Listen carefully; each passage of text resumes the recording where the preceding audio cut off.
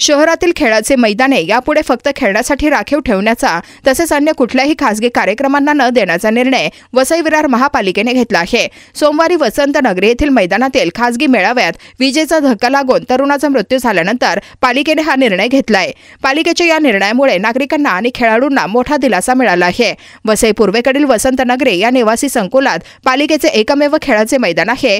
या मैदानात पालिका विविध कार्यक्रमांना परवानगी देत असते, त्यामुळे खेळण्यासाठी मैदान उपलब्ध होत नाही।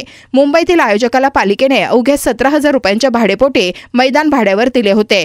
तेथे 7 ते 23 मार्च या कालावधीत होलिका महोत्सव नावाने मेळाव्याचे आयोजन केले होते। तेथील सदोष वीज जोडणीमुळे एका जाळीला स्पर्श झाल्याने हर्ष सेन वय वर्ष 21 या तरुणाचा मृत्यू झाला होता। या दुर्घटनेनंतर महापालिकेने खेळाची मैदाने फक्त खेळण्यासाठी राखीव ठेवण्याचा निर्णय घेतला आहे। या संदर्भात बुधवारी प्रशासकीय ठरावाचा मसुदा तयार करण्यात आला आहे।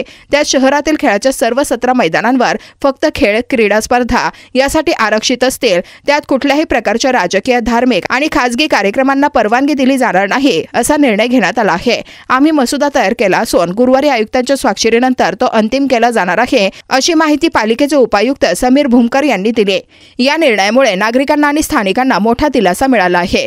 वसंत नगरी मैदानासाठी गेल्या अनेक वर्षांपासून संघर्ष करणाऱ्या वसंत नगरी फेडरेशनने या निर्णयानंतर आनंद व्यक्त केला।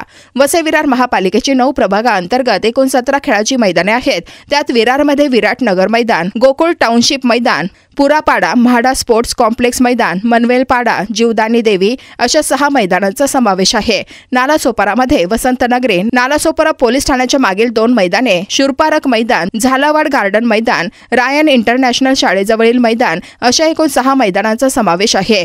वसईत अप्पा मैदान, साईनगर मैदान, विशालनगर मैदान, चुळणे मैदान आणि नरवीर चिमाजी अप्पा मैदान अशा 5 मैदानांचा समावेश आहे।